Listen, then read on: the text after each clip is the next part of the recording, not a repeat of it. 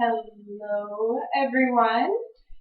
This is my very first video and welcome to my new channel. I'll mainly be talking about veganism and anything else health related. Feel free to ask me any questions you may have. I'm more than willing to share my experiences with you. Um, so I have a subject that I feel really passionate about and that I want to talk about today. I got a letter from PETA. They sent me these really cute labels. You see, I already put a sticker on my computer that says I love PETA. Now, I know PETA can be a controversial subject for some people, but personally, I feel like they are doing good, even if some of the things they're doing are controversial. They are making ground in a lot of areas, and I think that's really important. So, just a little bit about me, I guess, since this is my first video. I began my vegan journey 10 months ago. I had tried to go vegan 3 times before that. It was really difficult for me. I was a vegetarian and I was very addicted to dairy still. So it took about 3 times for it to stick with me, and now I've been vegan for 10 months. And I think one of the things that really made it stick was I started not only researching the health benefits of being vegan, but also all the practices that are going on in the food industry, in the clothing industry, experimental laboratories, all of those things. So I realized after researching all these things that I wanted to be cruelty free. That kind of became my mantra. Like, I don't want to harm creatures anymore, and it just what I'm going to be talking about today really it shocks me every time I find out about a subject like this, because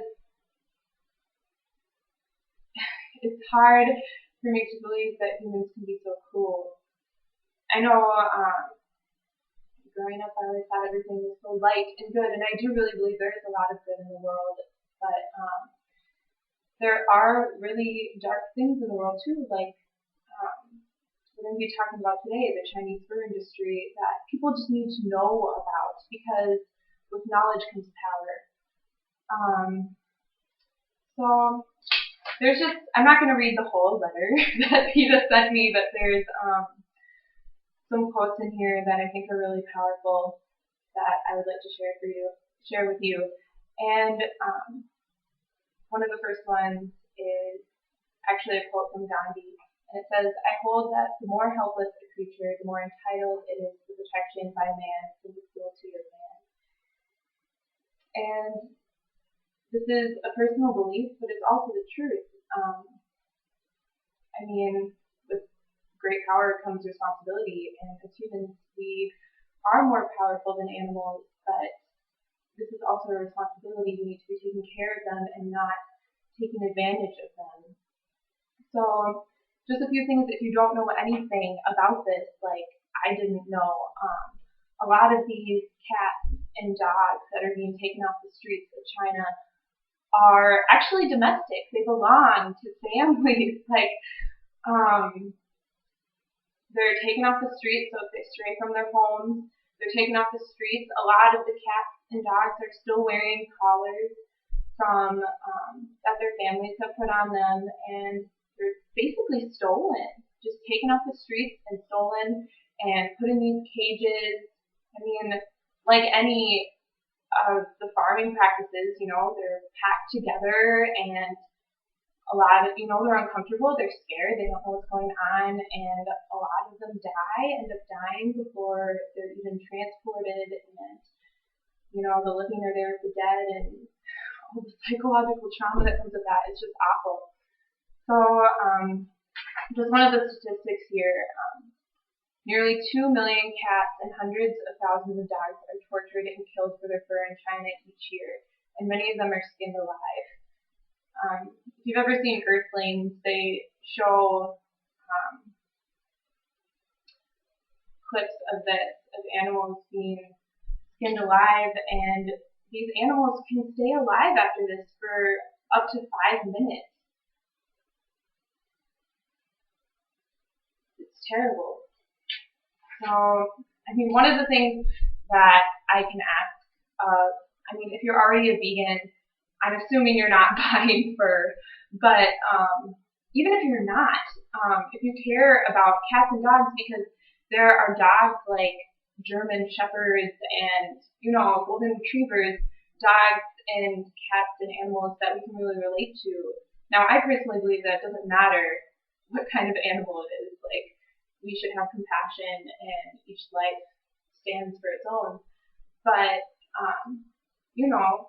we love our cats and dogs, and as Americans, and I think that if that is something you really care about, you care about your cat, you care about your dog, you should not be buying fur, because one of the things that happens is they'll label the fur as jackrabbit, or I don't know. They're mislabeled all the time because this fur is coming from China to the U.S. and then fur is fur. It ends up getting mislabeled. So even if you think you're not buying dog fur,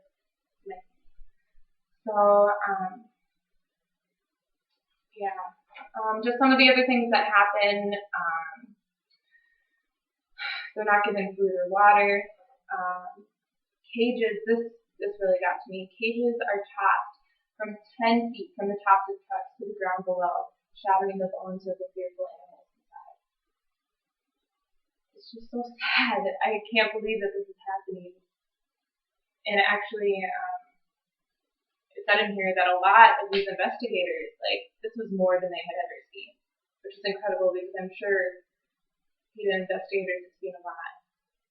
And the other thing that's awful is that this is all about money. I mean, the world runs on money, but for the sake of life, I just think that's ridiculous. Life is what's most important. Life is a gift. Life is something we only have once, including the animals. The lives they only have it once, and to take their lives from them for a coat, it's a really tough subject, I know. So I'm going to get to some of the positives. Yeah, the positives. Some of the things that PETA are doing that they included in their letters that made me really happy, that they are making ground, and that once designers become informed, they are making the decision to go cruelty-free with their clothing lines, which is awesome. So Ralph Lauren is one of them. One of the biggest retailers in the world, and there is no more fur in that company, absolutely none. After they met with PETA and saw the videos of what's going on in China, that's when the decision was made. Also, top designers such as Tommy Hilfiger and Calvin Klein removed fur from their collections after meeting with PETA. So it's awesome and it's great, and it makes me really happy that I feel like people don't know what's going on.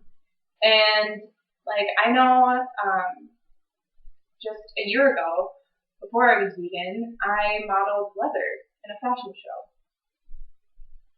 I didn't think about it. And I don't know why that doesn't add up in our heads all the time, but I didn't think about it. I didn't think about the fact that I was modeling an animal's body, basically. I mean, it's what it is, but you don't think about it because we use words like leather, not cowhide. So, I'm sure leather wouldn't be as popular if it was called cowhide. I don't know. But maybe it still would be. I don't know. But anyway, after reading this letter, I decided to make this video and actually start my channel. I've been kind of creeping around on other people's, subscribed to a lot of other vegans out there, and I've decided to get my own voice out there because I just think if there's any chance that anyone sees this and decides to boycott fur or get their own voice out there as well, which I think is really important. If you want to make a response to this video, that would be fantastic. And hopefully more people would hear about this, because if they don't find my video, maybe they'll find yours. And one of the other things you can do if you go on PETA, I'm going to have 2 links below.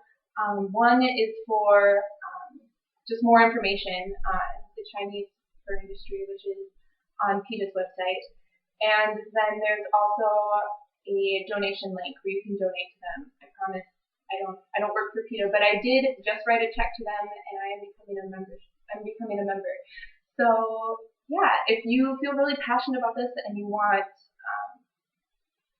more of the fashion companies, the fashion industry to know about this and realize how many lives they're destroying for the sake of fur on their catwalks. I think that would be a really awesome thing for you to do. So yeah, thank you so much for listening and for tuning in to my first video. I hope you liked it. Leave any of your comments or questions below. If you have any questions about me or any questions about this subject, I will try to find as much information as possible for you. And also, feel free to like or dislike. That's cool too. I won't take any offense. So yeah, thank you very much.